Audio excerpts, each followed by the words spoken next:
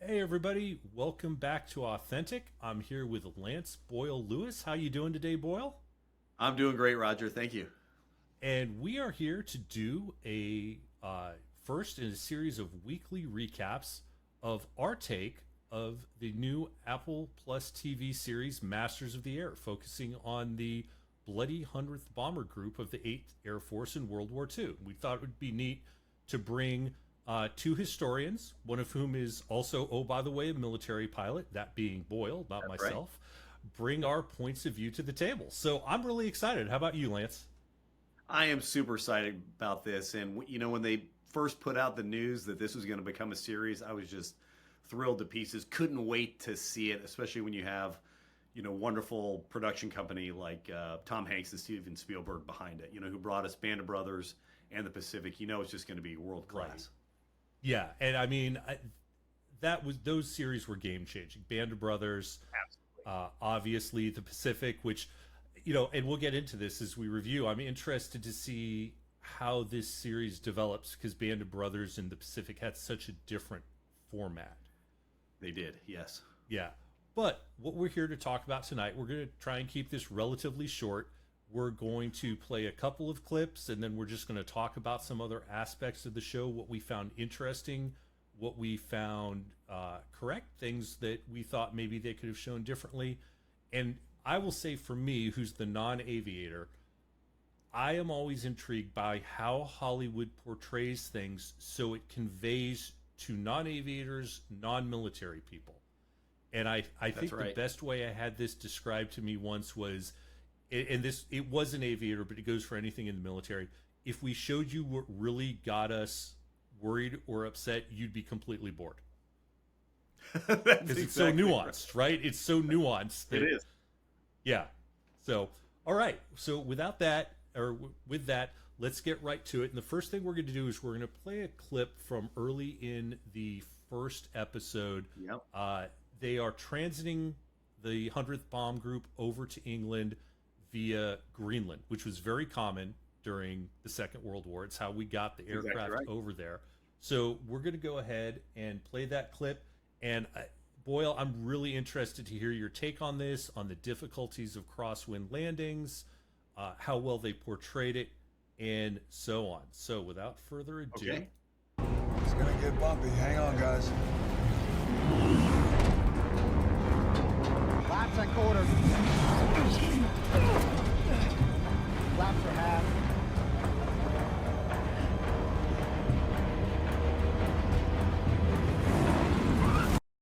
All right. So with that, what I really liked about, that was kind of one of my favorite scenes in the whole episode. I thought was phenomenal. We'll talk about our ratings at the end. But what I liked about that, it showed, the real aviation. Too often in aviation movies, 12 O'Clock High, Memphis Belle, although great movies in their own right, don't really show just how dangerous flying, just pure flying was. And with the crosswind landing with an aircraft like that with a huge tail on it, the wind can just move that thing around. And it showed the whole crew had to be involved in that. You had the co-pilot pushing and pulling on throttles and rudder and then helping the pilot out with the yoke. You had the engineer make sure the motors were running fine. You had the navigator helping him out with headings. And that's a theme that I saw throughout the episode, although not highlighted, but with the checklists that were brought out later, with when they took off and they went into the clouds, and something as basic as joining on another aircraft, just how dangerous that could be, especially when you have no radar.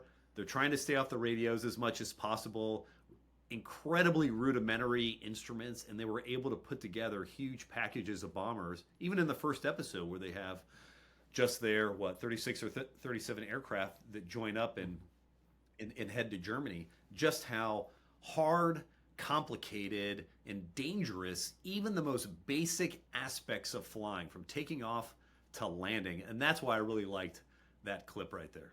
yeah, it was pretty cool. And I'll be interested to see if later in the series we see the specially painted lead ships.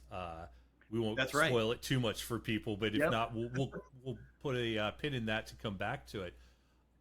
from my perspective, I know how stressful it is maneuvering in fog at something going, 15 knots, right? So 1/10 the speed of this.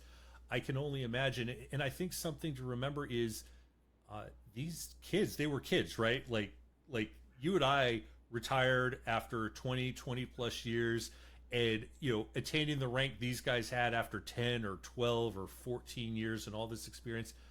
And these were kids. They were in their mid-20s. That's right. They had not been raised on technology, right? Many of them probably had never had cars, had never driven a car, and suddenly they're doing this. Everything you just described. And worth pointing out that they had every pound of fuel and ordnance they could put aboard these things. And That's exactly right. yeah, I know academically what that means, but to a pilot, what does that mean when you're trying to take off and maneuver your aircraft at that point? Trying to take off, maneuver in the entire flight, because as you burn fuel, your weight is changing, the center of gravity is changing. You release the bombs or don't release the bombs, and that changes the flying characteristics of that airplane. And let's not forget, the autopilot, was very rudimentary, and I'm sure we'll see in later episodes maybe how that worked between the pilot and the bombardier. But you are hand flying these things the majority of the time, and it is not easy. It does not have the hydraulic systems that we enjoy today, or fly by wire that we have today. I mean, this was cables and pulleys, a little bit of hydraulics to augment it, but you're muscling these aircraft around the sky. Right.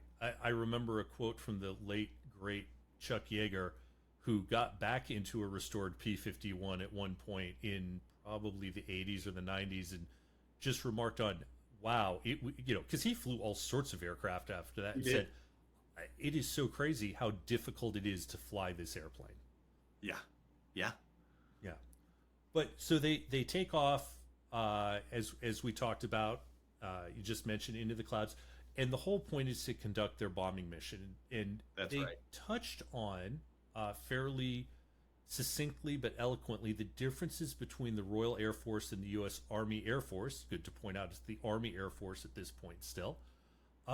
Different philosophies in bombing. The RAF having a dedication to night bombing, and the Army Air Force to precision, we'll say, in quotes, day bombing, right? That's right.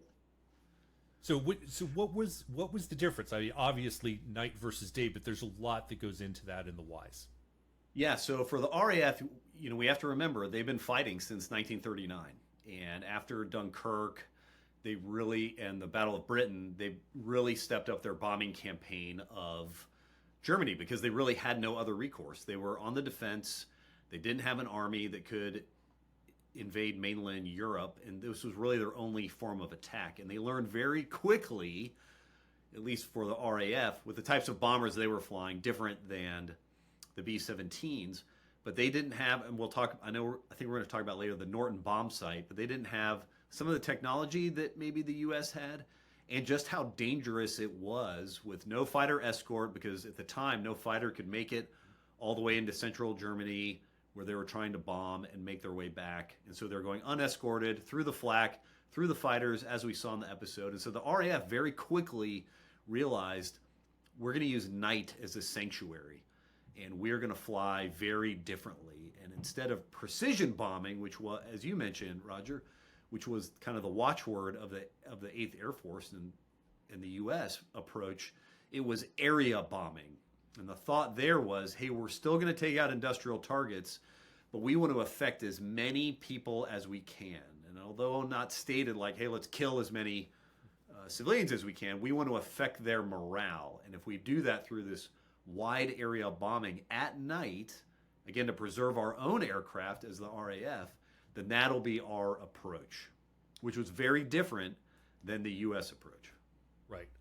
It's an entirely fascinating topic. There's a lot of stuff you can read out there, because it really spurred the development of so many things that are commonplace now. Radar, airborne intercept, ground intercept controllers. But that's a story for another day. They may may not touch on that here in Masters of the Air.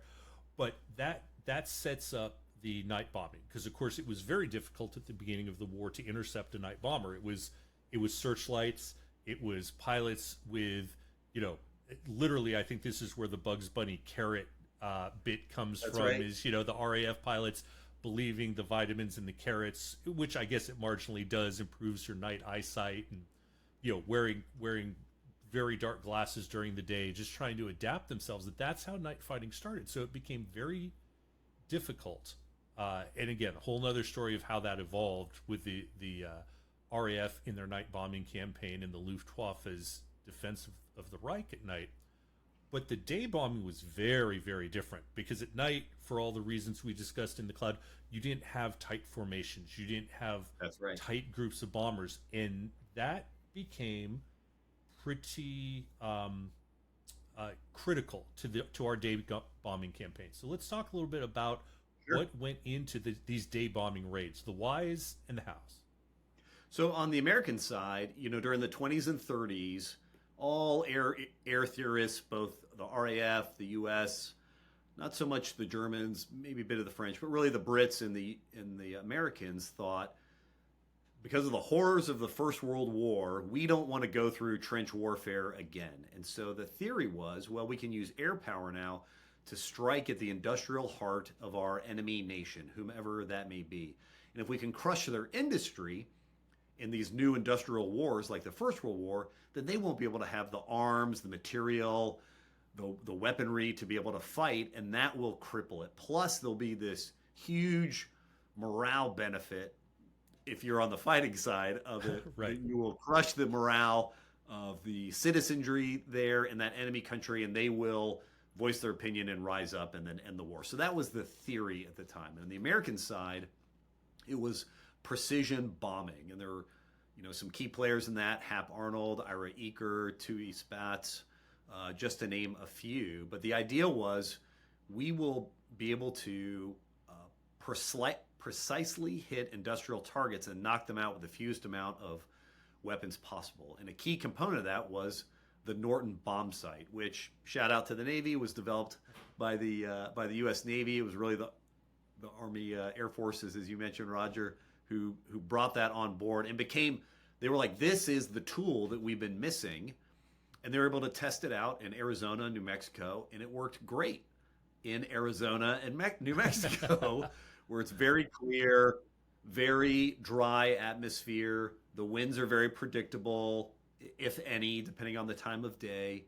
Right. And you're able to clearly see the target. But part of that is, in order to see the target and bomb accurately, you must go in the daytime. It doesn't work at night.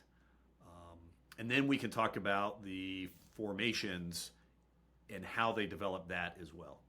Right. So, as you said, had to go at day, during the day, because of the limitations of technology for precision bombing, and not precision the way we think of it today, right? I think right. the USAAF bombing target standard was they would aim for the plant, for example, the ball bearing plant or the aircraft plant or the oil refinery, and the analysis, the BDA would be how close did we get to the plant, whereas the RF would say our target is the city, and how close did we get to the city. That's exactly right. Worth noting that neither Yes. percentage was very good, even though we call it precision bombing, but it was the technology of the day. Yeah, that's exactly right. Yep. Right. And yeah, go ahead. on the U.S. I'm sorry. Go ahead, Roger. My apologies. No, please go. You go. On the U.S. side, through their testing, they said, "Hey, we've tested this out. It works great, and we can put a bomb in a pickle barrel." And that became the thing, and that's why even today on aircraft, you have the pickle button, because you're dropping your bomb into a pickle barrel. In And the that's where it pickle comes barrel, from. hence pickle your bombs. Right. Yep. But of course, flying at day meant that the enemy could bring up day fighters, which is That's right. sort of the natural element. I would argue even still today, I think it's probably much harder fighting in the air at night, even with all the technology we have now. But at the time, definitely the natural element of the fighters. And without fighter escort for our bombers, they needed to bring some defensive measure. And in fact, the B-17 was known as the Flying Fortress because it had so many defensive machine guns of relatively heavy caliber. When you consider that in Europe, the standard machine gun was a 303 or a 30 cal, as we would say over here. my armorer friends are cringing that I'm comparing those things as exactly the same, but for all intents and purposes, or a 20 millimeter cannon. And the 50 cal sort of fit right in between those two. And the Fortress had 13 of those, I believe, if I'm not It mistaken. did. Yes. Yeah. You were correct. But with that, it was still Yes. not enough for one aircraft to try and defend itself, right? It was not. And you think of it, you just look at it and you think, my goodness, there's guns coming out of either side. There's one out of the tail, there's one out of the nose, there's one on top, and one in the belly. Holy smokes. That's a lot of weaponry, and then the thought was, you know what? It would be even better if we had supporting fire, and so we're going to fly tight formation. And now with 13, I have 2 aircraft. That's 26 machine guns, and I just keep layering on from there. And because we're historians, I'm not going to do math in public, but when you have 100 aircraft or a squadron of 9 aircraft in tight formation, all providing cover for one another, the thought was, hey, great, we have this wall of steel around us.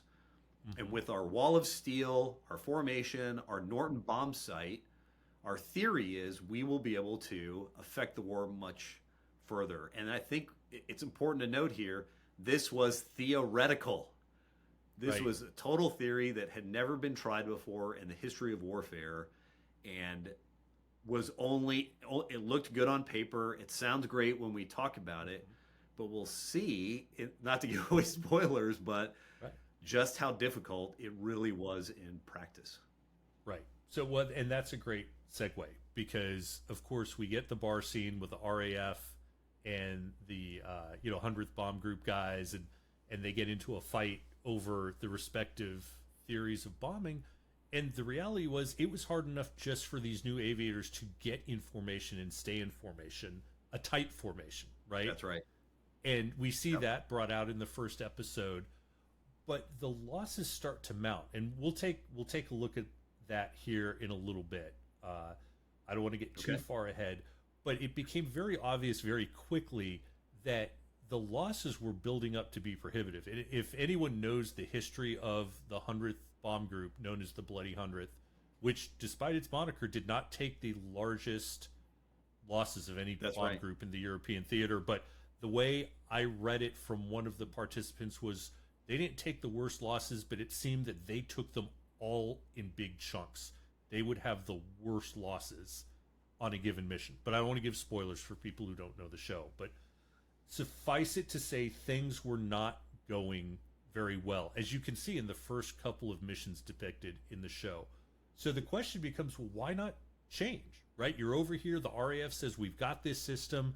You've got the bombers. You boys are over here. Or in the British terms, it would be the problem with the Yanks, right? They're overpaid, oversexed, and over here. But that's exactly right. They're all here. Why not change to night bombing?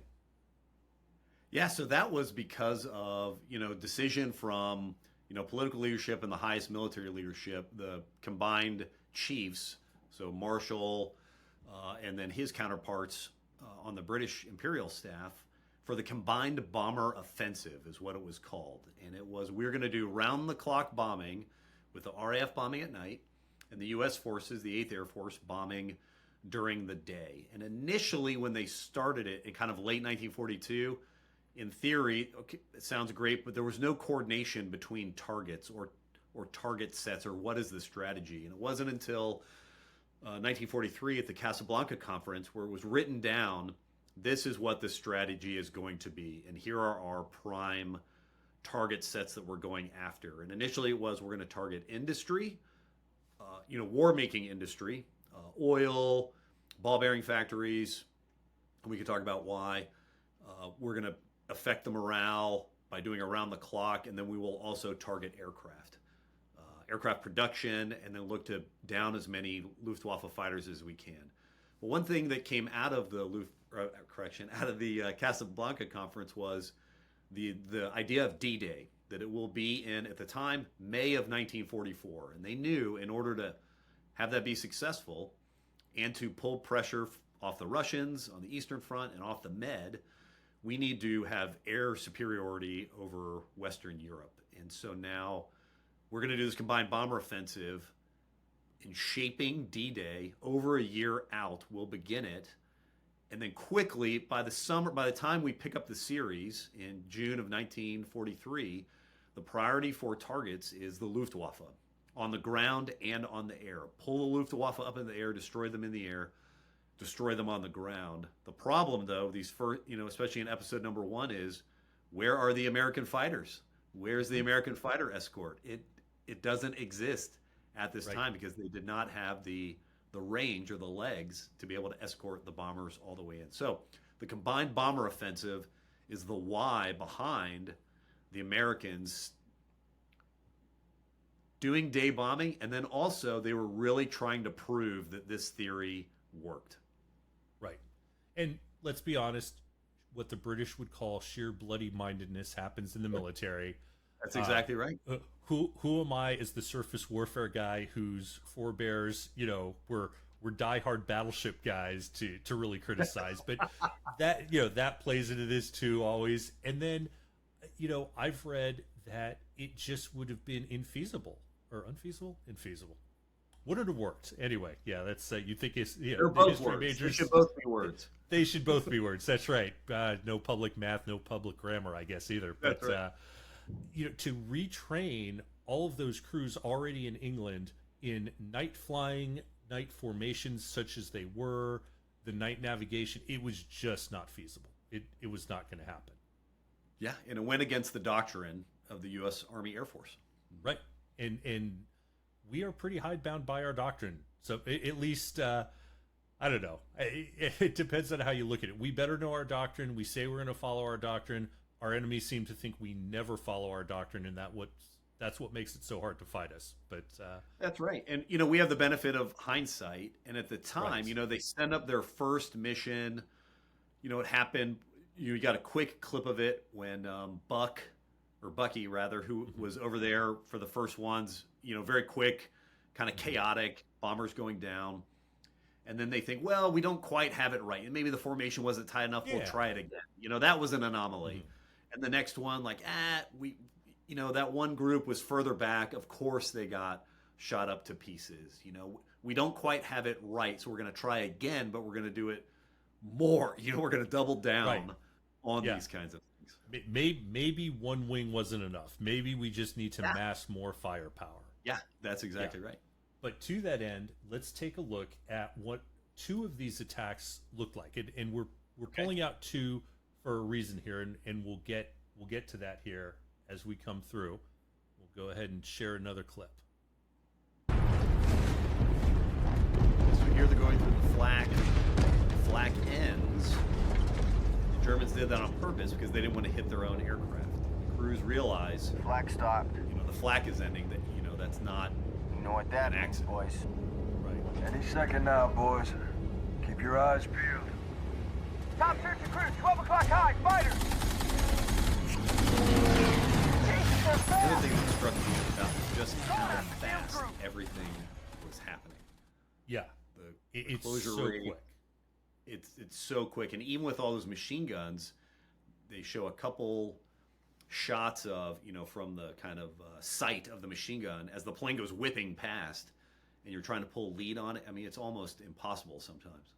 Right. For those of you whose only experience is in video games with that reticle and everything looks really nice, I could tell you shooting a 50 cal from a ground mount at another target on the ground at 150 yards away is no easy feat. So trying to do it with a closure of 200-300 miles an hour, moving target to moving target is just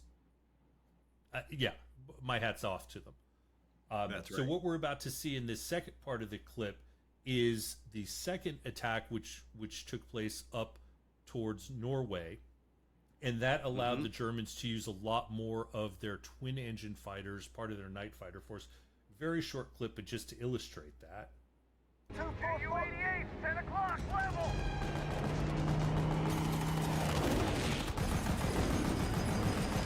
They're heading to the low! Trying to pick off Fennec. Give them hell. Jeez, that was close! So a couple things that came out there. And before I do that, I want to go back to something. If people think about the first clip, and you can go back and watch the show, I hardly recommend you do if you haven't seen it. The little nuance, the little details they had in that first attack, and I didn't want to speak over the clip, but you can see behind the two pilots, the flight engineer in his top turret is spinning his turret. You can see the housing. They didn't just put those guys in the sound set. They're like, do this for real, the whole crew. So That's you right. really got that idea. I thought that little detail told me they're really trying to hit all the nuance here. That's exactly right. And then the production is tremendous, absolutely Yeah. tremendous. So that, let's talk about the first attack with the day bomber, or with the day fighters. And as you pointed out, okay, the flak is stopped, and I think that for me that's sort of a neat little nod to how Star Wars and George Lucas really looked at World War II dogfights and said, this is what I want to recreate, because that's almost exactly, they're in the Death Star trench run, and it's like, That's exactly hey, right. the fire's stopped. Keep your eyes peeled for enemy fighters. Exactly what was going on there. That's exactly right. Yep, you hit it on the head, man. Yeah. So I thought that was cool. It, as you already said, it showed the immense closing speed.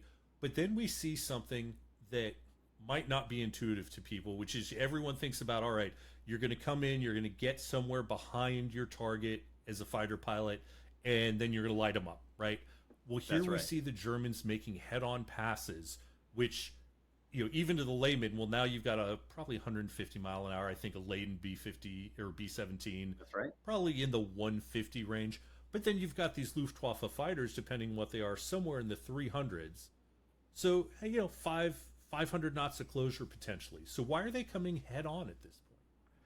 So the Germans, combat is a great innovation center. It's going to make you innovate and adapt, or you're going to fail and be defeated. And the Germans, when the Americans in late 1942 first started flying their daylight B-17 raids, very small scale, and B-24s as well. And so they're shooting down bombers during the day, but it was really hard. And they analyzed wreckage, the Luftwaffe, of B-17s, B-24s that they had shot down, and they realized it takes about 20 direct hits, coming from the aft. Like you said, I'm going to come in behind the bomber, get a nice straight-on shot at it, but it takes about 20 hits to knock it down. But in order to get 20 hits, I have to expend 1,000 bullets. And the Focke-Wulf 190 only carries 500 bullets. And then they saw other wreckage. If we hit them head on, where there's less defense, it's just glass, and if I can take out the pilots, that only takes 5 bullets on average, and so a much higher percentage of achieving a kill. Although very hard to do, and you get very minimal amount of time. If you can pull it off, that is your highest percentage kill for the least amount of bullets, and that is why they were doing head-on attacks. And then Right. to the other point that you brought up in the second clip with the two-engine fighters, the Focke-Wulf 190s, during the Battle of Britain, they got their tails kicked. Terrible fighter up against Spitfires, even Hurricanes. But Oh, a the great Messerschmitt, the 110. I'm sorry, yes, Yeah. a great heavy, well-armored, heavy cannon in that thing to go against slow-moving, big, heavy bombers. Right. And so interesting. So as I was doing a little bit of reading on what people thought about the episode, there were a lot of people in the clip. They call out the fighters as Ju-88s, and then people are freeze framing, going, "That really looks like a Messerschmitt to me." And Yeah. I'm not gonna, could it be a script writing versus special effects thing? It could be, or I think it's very realistic that you don't really know, right? They're making the call of what they think's coming in on them. Here's a twin-engine exactly fighter. right. It's coming at me, and I just, I go back to the study I did on the Eastern Front, or in Europe on the ground in World War II, and I'm pulling these numbers. They're illustrative, if not completely accurate. Something like 70% of the U.S. Army ground reports said, well, it was a Tiger tank or it was an 88 that was shooting at me. right. And the Germans made something like between the two models of the Tiger, less than 1,000 or less than 1,500 Tiger tanks. There's no way everyone was being shot at by a Tiger. That's right. But at the moment, that's what you thought, right? Yeah. Most of the artillery you get hit with, there was a lot of 88s, there were 105s, there were 155s, there are all these other things. But these things become ingrained. And so, well, it's a Ju-88. Here it comes. Or just the fact that in the heat of the moment, that's what it looks like. Exactly. And this is their first mission. And guess how Right. many German aircraft they've seen in their lives? One, as it went whipping by. Right. Yeah, exactly. It's the whole Yeah. reason we had the program at Nellis, right? Because even after 20, 25 years of Cold War, we had jet fighter pilots who'd gone to Top Gun, who'd gone to MATS, and they would get up and see an actual Soviet fighter and sort of go, "Whoa, that's sort of cool," and then the guy would wax them, right? You know? Yeah, that's right. So I can't really blame them for that one. What the other thing we see is the head-on attack, as you said, relatively lightly armed, right? And Yeah. hopefully it's not a spoiler. Anyone who knows anything about it will see the later model flying fortresses get more guns in the nose. That's right. And then, of And course, again, the it's German that adaptation and innovation. So Right. the Germans realize, oh, the Americans are doing this daylight bombing. We're attacking them. It takes a lot to knock down this B-17. And we saw in episode 1 just how much damage it could take. And it could take a pounding. Mhm. And then we're going to adapt and we're going to do head-on attacks. And now the Americans are going to come up with their own adaptation to defend against that. And eventually, I mean, the classic movie 12 O'Clock High is because at the end of the day, the Germans figured out, well, 12 o'clock, but I need to come from on high and try That's right. and Mhm. blank as many arcs of fire as I can Yes. for these gunners. So we did talk about the twin engine fighters. Those were generally those had two missions. They could have been anti-shipping aircraft, which at this point in 1943, while the war in the Atlantic was definitely starting to swing in the Allies' favor, you had a lot of twin engine fighters like the Junkers, like the Messerschmitt, that were going out patrolling, trying to shoot down Allied flying boats, scout planes, trying to find our convoys going to the Soviet Union via the northern route, going south into the Bay of Biscay, or they right. were the night fighters that we talked about earlier. This is just one more example of the strain that round-the-clock bombing put on the Luftwaffe. Because, Yes. as I'm sure you know, as a carrier aviator, and you talk to Sunshine about it, you can't operate an aircraft carrier 24 hours a day. It just doesn't work. No. So trying to fly a night fighter squadron 24 hours a day just doesn't work. No. And then, it did have the effect, almost immediately, part of the effect that the combined bomber offensive was getting after, which was relieving some of the pressure off of the Eastern Front and off of the Med. Although heavy, brutal fighting still going on in both theaters, the amount of fighter aircraft increased in Western Europe because they had to pull those things back because now, again, it's this round-the-clock bombing, and the Germans have to respond to it.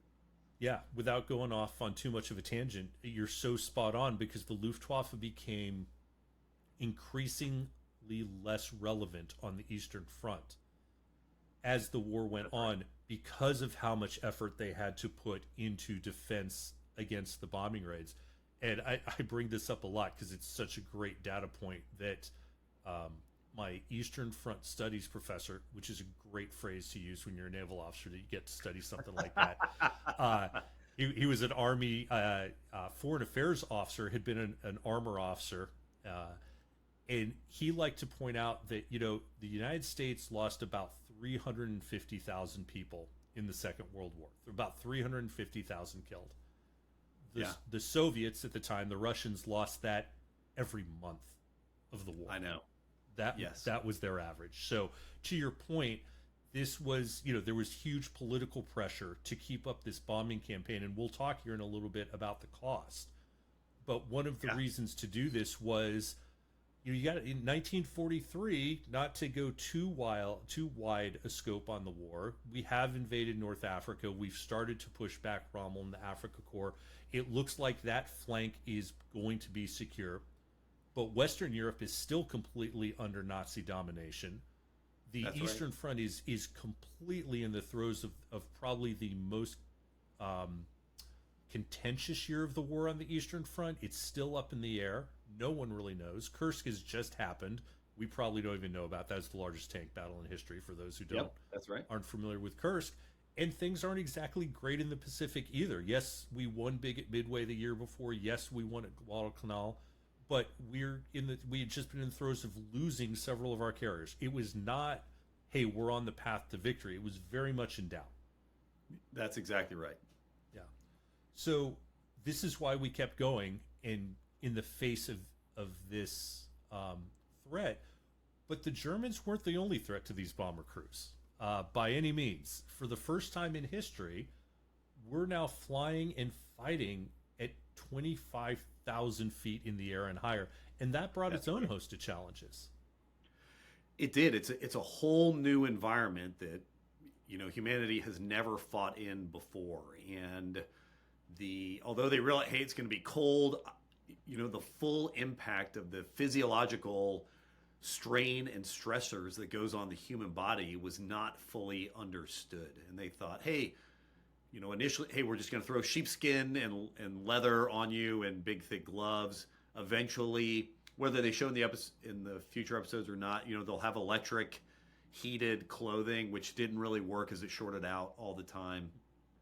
But just the stress and strain that it put on the body. And let's not forget that if you get wounded, heading inbound to your target, you've got another 3-hour ride back where you're bleeding out on the cold floor of the B-17, and there's no medic on board.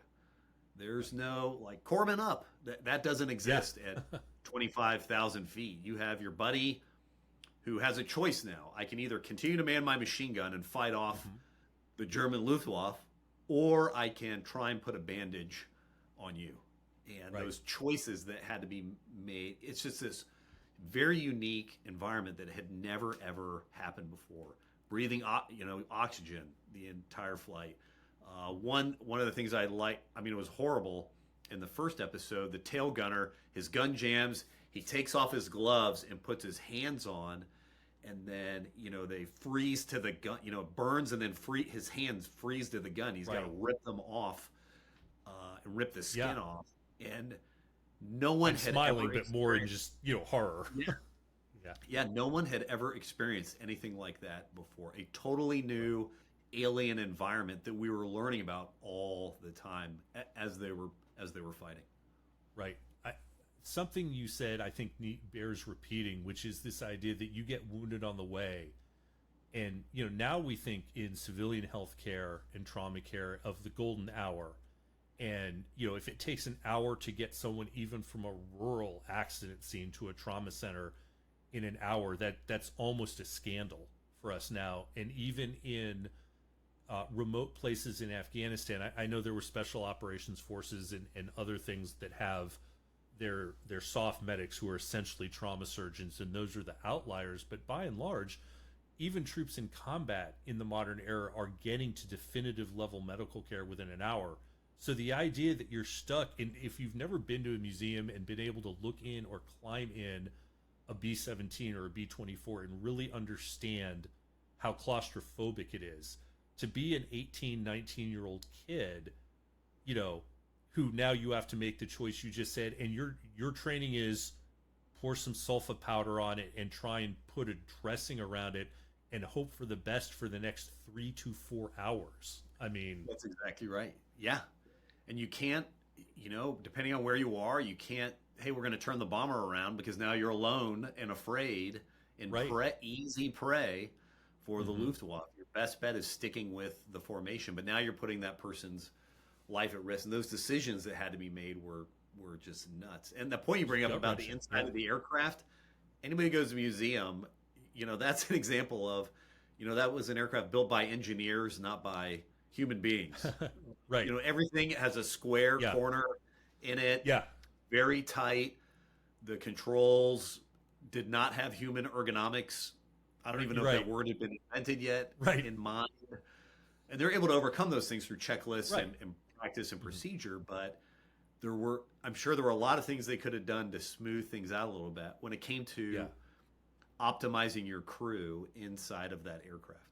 Right. In fact, I'm interested to see. I can only imagine, as we talked about the chin turret on the later versions of the B-17, those two waist gunners you see frequently in these first couple episodes, they suffered from something that the crews called fanny bump, which is the guns were directly opposite one another, so these guys would collide as they're trying to man their guns, and eventually they said, well, we should stagger those guns, offset them slightly in the fuselage. So to your point, the ergonomics, kinesthetics, those words didn't even exist back then. That's right. That's right. So there all those challenges, and then just pure navigation, right? Because we saw just getting to that cloud covered target, and I think maybe we'll talk in a future episode when we can talk more about how often they had to divert from their primary, or had to come home with bombs and just salvo them in the channel, as they talked about. But navigation back then was essentially dead reckoning and nothing else. So as an aviator, I can explain dead reckoning as a mariner, which is different. So it's the same in concept, but for an aviator, explain dead reckoning. So dead reckoning is, okay, I know I'm going point A to point B, and I know I need to, I plan it out ahead of time. I'm going to take off here, and I know I'm going to climb this altitude, and I'm going to head on this direction. Let's call it 109 degrees. And then I'm going to travel at such and such an airspeed. And so I have a watch, and I'm doing kind of time distance calculations. And then if there are landmarks, we can adjust. I can look out the window, adjust course, adjust the time, adjust the airspeed, etc. for those kinds of things. But if it's cloud covered, I'm going off of literally compass and watch kind of calculations, and so basic and rudimentary. Eventually, during the war, they will come up with radio beacons, which they initially use at the airfield to help with landing, but then they'll get more powerful ones where they can kind of ride a beam outbound. So you're picking up this radio instrument inside your cockpit, and you're able to use that to kind of point yourself away from it. And again, the further away you get from it, the more inaccurate it becomes. Mm-hmm. Then you throw in the speeds aren't constant. How really accurate are those instruments? That air, are you really at 150 or are you at 140? And that makes a big difference over 2 hours. The winds were crazy. They hadn't essentially discovered, I think it had been discovered, but nobody really understood the jet stream and how that moved up and down depending on the weather. The fact they could make it anywhere is just amazing. And we chuckle about especially in episode 1, the guy he's getting razzed about, like, dude, you couldn't even find England, Right. We ran into France, and then we had to turn around and figure it out. But not that uncommon. I mean, not that uncommon. On a ship, right, where I have a lot more space and I have 4 or 5 friends around me working on this, and it is easy to shoot a reciprocal bearing. You're doing your math and you're trying to say, okay, if this thing bears 075 and this thing bears 330 and this thing bears 189, well, I should be here. And then if I want to go to there, I'm drawing this line. And if you just that brief mental moment of, I drew the line, oh well, that's 200, and I really wanted to go 020 up at the other end. It's easy to do. And then the cloud cover, the first Focke-Wulf 190 that the British captured, do you know how they got it? He probably was lost. He landed in England. He got a reciprocal bearing over clouds and set down into Kent in England, thinking he was over France in his home airfield, right? So we laugh, but it is very easy to do. Yeah. Very easy to do. So those were the challenges we saw up there. We've talked a lot about all the things that went into this, but at the end of the day, what did this cost the 8th Air Force? And just so people understand, the 8th Air Force was essentially the bombing component, the strategic bombing component of the U.S. Army Air Forces in England, to be specific. There was a 15th Air Force in the Mediterranean and Italy, and then there was the 9th Air Force in Europe, in England, which was tactical. It's what we would think of mostly ground support in interdiction. That's right. So the B-17s, the B-24s, and eventually their escort fighters, who were primarily dedicated to escort, were part of the 8th Air Force, and their losses were astronomical. They were, absolutely. And we saw in the first episode that out of, 35 or 36 aircraft that they flew, they lost 3. And you have to remember, okay, it's 3 aircraft, no big deal. There's Right. 10 people in every single aircraft. And so when one blows up and is on fire, that's 10 people who've just died. So 30 Right. people like that, plus all the wounded, the other ones who were killed inside the aircraft. You have the flak going off, and that shrapnel, is hot metal going as fast as a rifle bullet, and it can cut through the skin of the B-17. I mean, you can take a Phillips head screwdriver and punch through the side of a B-17. It's not, it's thin metal. It's not pressurized. And all that flak, plus other bullets, plus all the physiological dangers that were there as well. And so you land from that first mission, you have at least 30 dead, loads of wounded, aircraft that were, really took a knock and are going to have to be repaired or just struck. And the cost of that, and that was one mission. That's their first mission out of the gate. And they they dropped 0 bombs on that one. Yeah. And the cost of it is just astronomical. And then that's where, theory runs up against reality. From what we talked about at the beginning to now they're seeing, what is this going to be like for real now? And how are we going to adjust? But there were, total, 26,000 killed. Is that accurate, Roger? Yeah, that 26,000, but that's just the 8th Air Force. That's just the 8th Air Force. Yeah, that's just killed. Forget wounded and and taken out of action forever. And that's more people killed just in the 8th Air Force than Marines were killed in the entirety of the Pacific, which was around, depending on where you read, around 24,000. So a little bit more, but still more. And that's just from the 8th Air Force.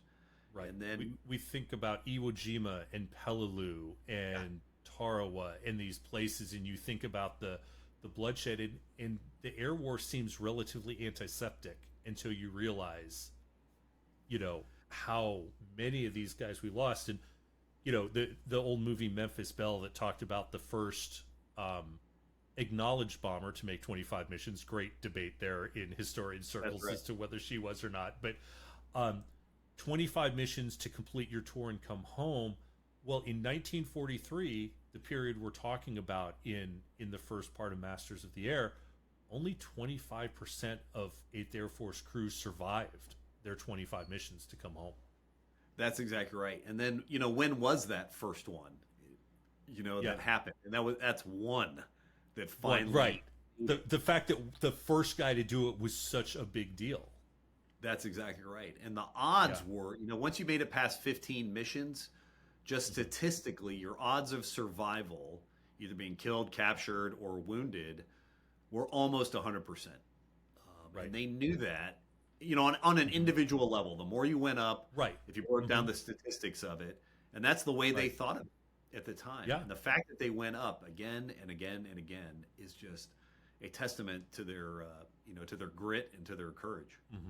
So a quick segue there. You did at least one ground deployment, right, as a fact. Yep. And I remember when I went to Iraq for the first time in 2006, there was a lot of debate because the Army was there for 12 to 15 months. The Marine Corps was there for about 7 to 9 months. And there was controversy over this. And I remember for me, there was a feeling, and I'll be the first to admit, I was not kicking down doors, right? I was about 60% FOBIT. And the non-FOBIT time, I wasn't doing anything cool, but, anytime you're off the base, a lot of people want to kill you, and we'll just leave it at that. And at about the 3-month point is when you go, I feel really good that I know how to do my job, right? Yep. And at the 6-month point, at least for me, I was going, I know how to do my job, and I'm gonna be okay. It could happen to me, but I'm good. I'm okay.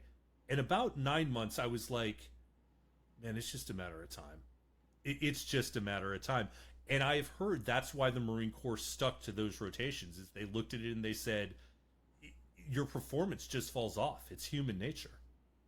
Yeah, and the constant patrolling, fighting when you're in an insurgency is very different than the kind of ground fighting that was happening in Europe and the Pacific. And not to compare the two or say one.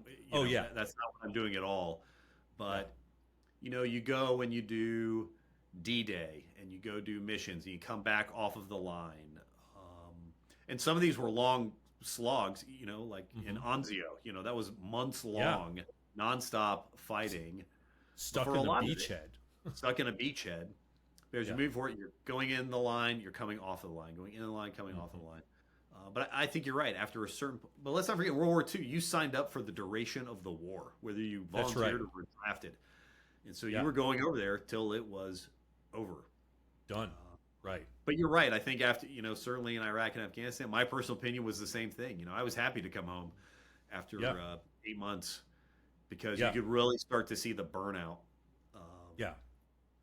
So, and I guess so. The last casualty thought I have is we've talked about how that relates to the Marine Corps and their percentages, but the 8th Air Force in Europe accounted for half of all U.S. Army Air Force casualties in World War II. So when you think about the fact that that is training squadrons back at home, training thousands upon thousands of aviators with all the, you're going to have accidents, you're going to have crashes.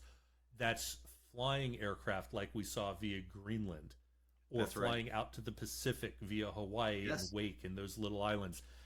And the super fortress raids over Japan, and the escort fighters that finally you could use out of Iwo Jima, and the 15th Air Force out of North Africa and Italy, and the 9th Air Force. Half of all the casualties came from these bomber boys in the 8th Air Force. Yes.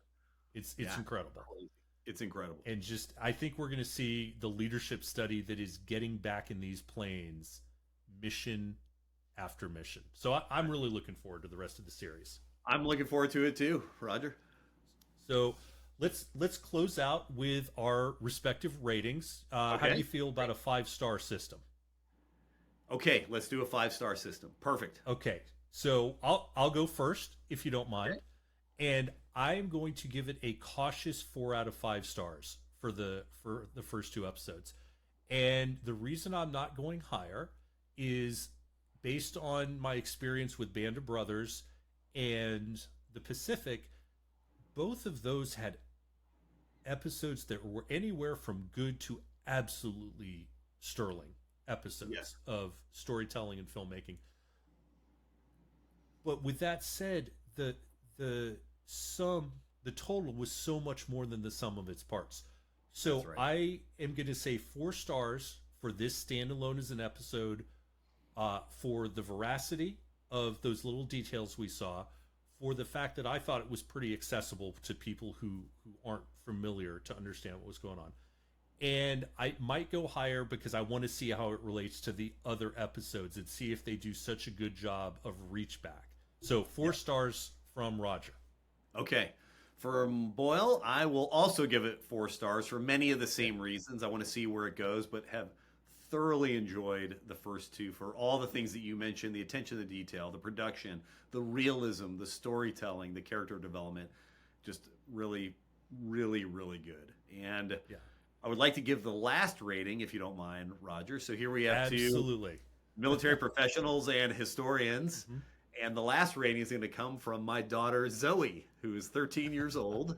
And when I sat down to watch the first one, I said, "Hey, sweetheart, why don't you watch with me?" And she turned her nose up. And I said, "Okay, just give it 5 minutes. That's all I ask."